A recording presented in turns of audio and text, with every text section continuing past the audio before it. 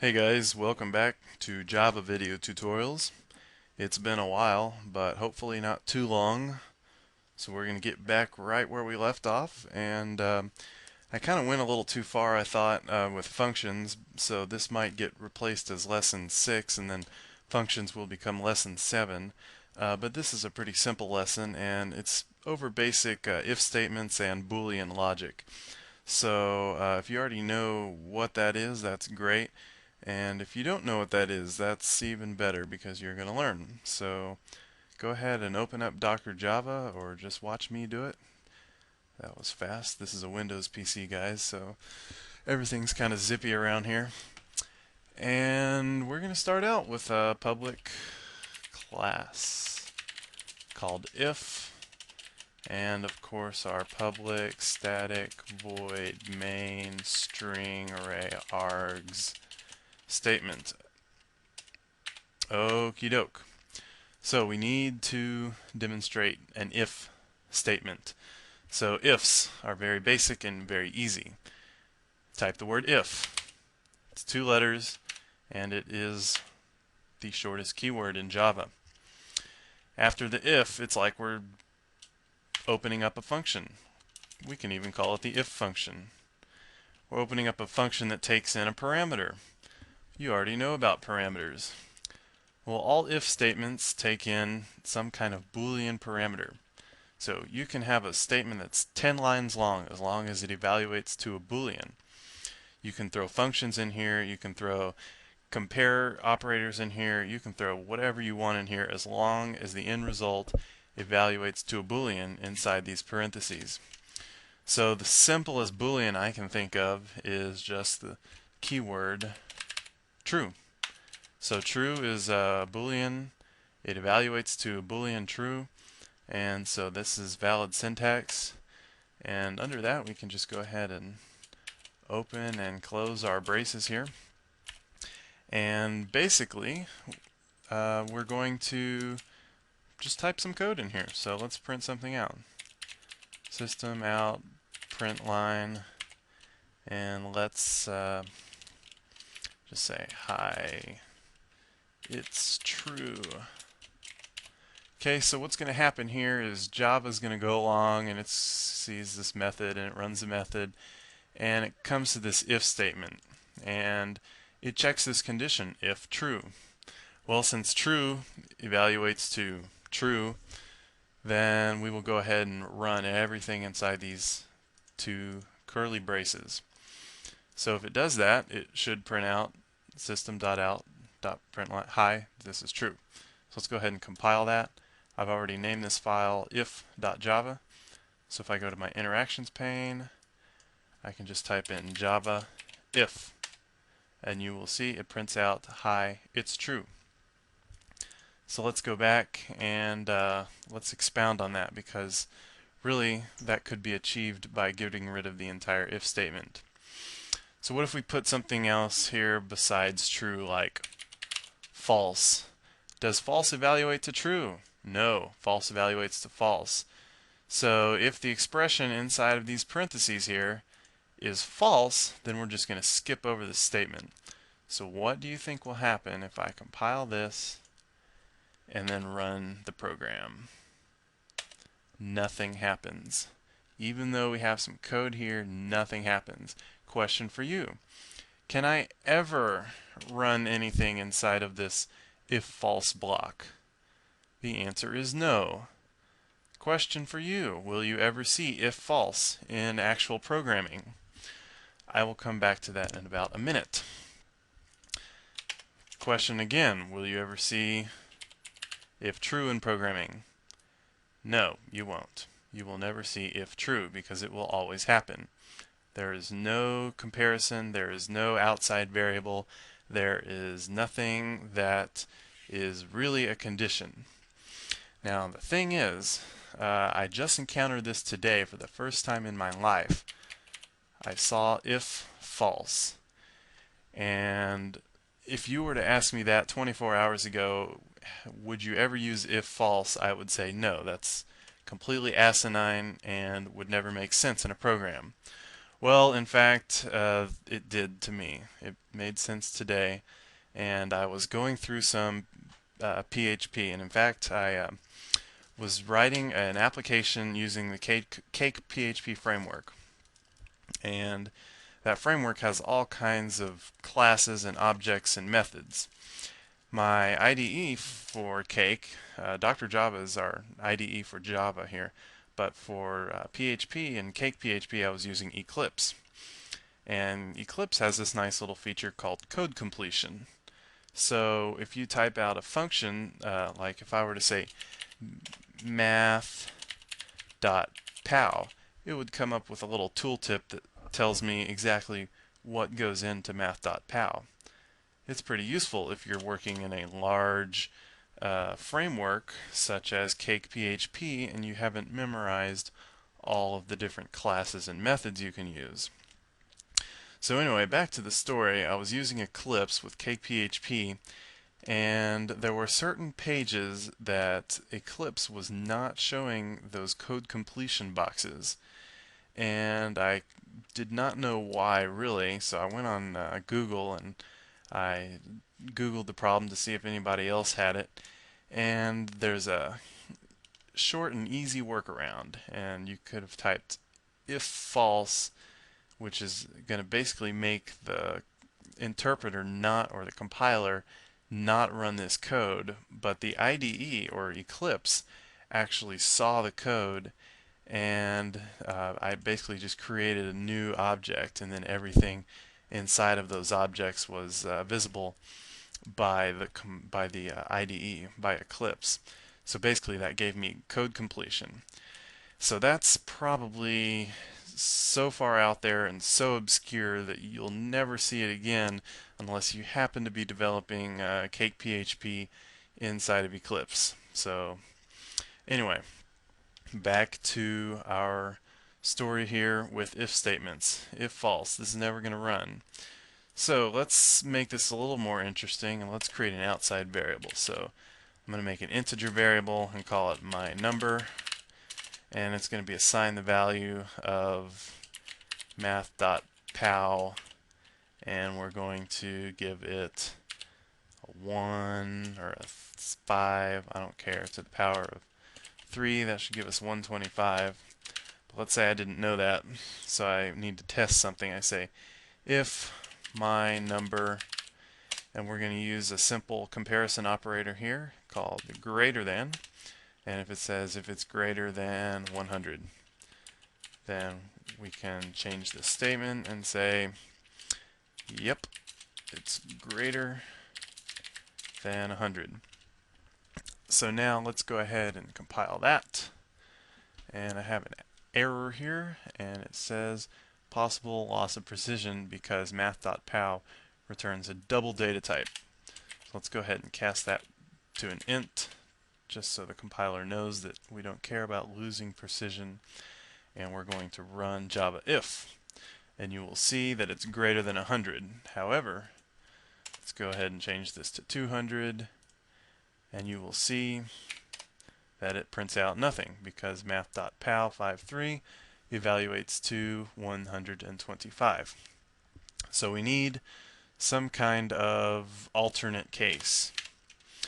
So we want to run this only if my number is greater than 100. And for all other cases, we need an else. So here's my else statement, and basically everything inside this code block is going to run if this does not work, if this evaluates to false. Now if this is evaluated to true, we just skip over the else, not the elf. If it's false, however, then we do everything inside the else. So I'm going to go ahead and print out, nope, it must be less than 100. So there we go. Let's go ahead and compile that, and you will see that it should print out the same thing as before, and yes it did. It only says yep, it's greater than 100, and then of course if we switch this to 200, of course we'll have to switch these to 200 as well. and we can say compile, and we'll say nope, it must be less than 200, which is absolutely correct. So pretty much you have the gist of if statements. Let's get into a little bit more Boolean logic here. I'm really bad at coming up with real life examples, but hopefully you can just get this concept for now because it's pretty darn easy. This is called the logical AND operator. And basically all that's going to do is test, instead of my if test testing only one condition, and this is that one condition, it's going to test two conditions. So I'm going to say and my number is less than 200, and I'm going to go ahead and change this to 100. So it's going to test these two conditions. Say if my number is greater than 100 and it's less than 200, so that's an intersection. So any number between 100 and 200 non-inclusive will print out it's between 1 and 200. Then otherwise we can say heck, I don't know the value. Okay, so let's go ahead and compile this. And my number is of course 125. My number is greater than 100 and it's less than 200. So let's go ahead and print that out. You see, very easy.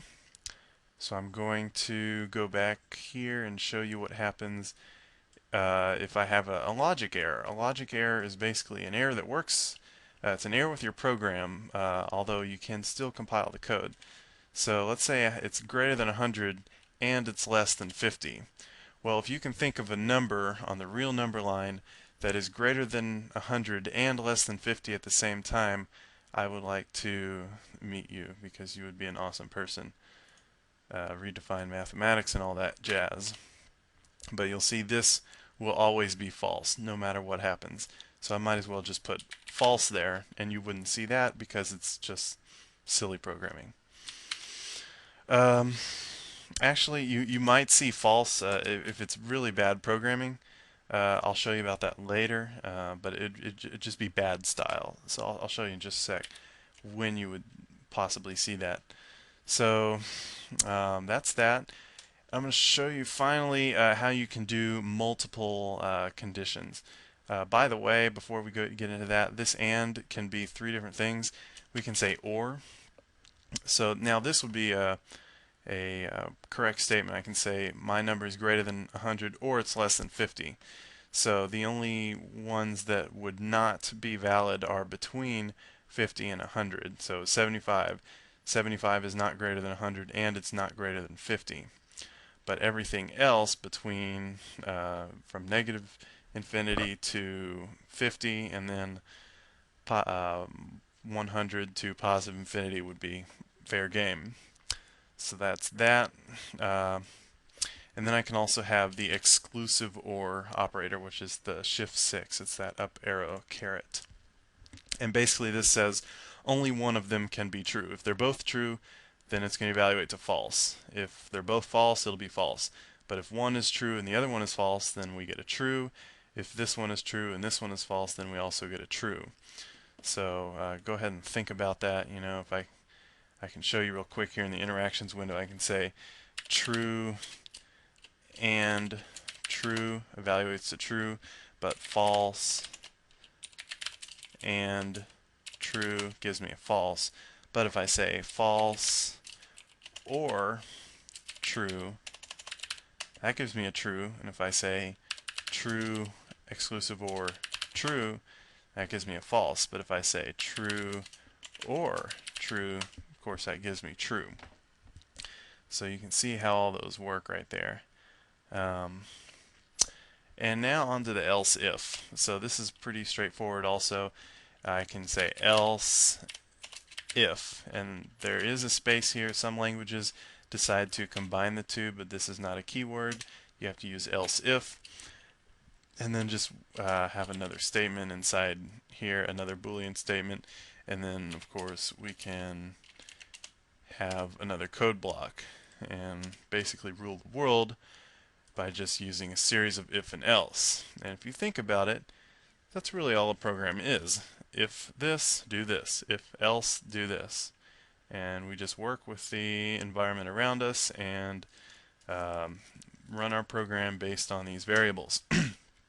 So let's go back here and we'll just say system.out.println. It's been fun working with if. Okay, and then we need some kind of expression in here. Else if true. Now what do you think is going to happen here? Let's go ahead and change this back to an or. What is going to happen when I run this code? I want you to think about it, maybe pause the movie for a second and think about it and come back and then see what happens. Let's go ahead and run Java if, and you'll see it printed out it's between 1 and 200. So what happened here is this first statement evaluated true, so it printed this out. And then after that, since we already got one true, it skips to the very end of the if block. No else, skips to the very end. So even though this also evaluates to true, this will not run because this, we already got a true here. And this keyword else says only if this is not true. So be very careful with that. And very important thing. One other little quirk that some people might not realize is, why do you need this else? Why couldn't you just say system.out.println? Well, you probably know the answer already, but just in case you don't, think about it for a second, and what do you think is going to be different now when I compile this code and I run it? You see it prints out both of these values. So this one is printed out no matter what happens up here. But if I put this else statement here, then this one won't run if this is true. So that's great. A little bit of house cleaning. If you only have one statement under your if, and you know that you're not going to have more than that, you can leave off the curly braces. So I can do this, and that's just fine. And I can also say just else, and that's absolutely valid. So go ahead and compile that, and you'll see I get the same thing. And finally, here's a example of bad coding, but I have seen it before. So they'll have some kind of if statement, and they'll have a true condition. So let's say, if true, and we're going to close that, and now you'll see a semicolon. Well, my name is Java, and I'm going through and parsing this compiling this, and I see this if true with a semicolon. Well, the semicolon means in the line. Okay, we're done there. We have nothing else to do. So if I were to do this, if true, system.out.println, hi, what do you think is going to happen? It's probably not what you think. What's going to happen is it's going to run this if true. Nothing's going to happen. It'll evaluate this, but then we terminate it here. So the if is screwed up. Nothing happens. Then you have this code block with these curly braces. Well, this doesn't really follow anything since the if is terminated here. This is just kind of in open air, which is perfectly fine syntactically. So it compiles, and then it'll just run and print out hi. So no matter what we change this to, if false, compile. And what's going to happen now? It's going to print out hi, because this semicolon just destroys the entire if statement. So there's that little quirk. Plus, you might see some idiot in here going like if false, and then or if true, and then they'll put a semicolon there and they'll say else. I mean, how crazy is that? So now what happens? If true is blown out of the water, but the else follows it directly. So this will run only if this evaluates to false. So it's not going to print out high. Kind of weird stuff going on here. But, I've seen it and kind of makes me cringe. But, that's that. One more thing I didn't mention was the not operator. And all the not operator does is just negates whatever is here. So if it's not true, then it's going to be false. The else of false will be true, so it's going to print this out. And very good. So that's what this bang exclamation point line with a dot means. And I have gone for 20 minutes talking about if statements and some Boolean logic. And that's kind of long, but we need these foundation thingies. And I have a super fast upload internet connection, so I don't really care. So if there's anything else that I missed, please let me know, and donate to my site if you feel inclined to. And come back soon for lesson number 8. Hopefully we will get into something like arrays. I think it might be a time for an array. So once we do arrays, then we can get into looping, which will be fun. So see you guys later. 21 minutes and 45 seconds. Wow.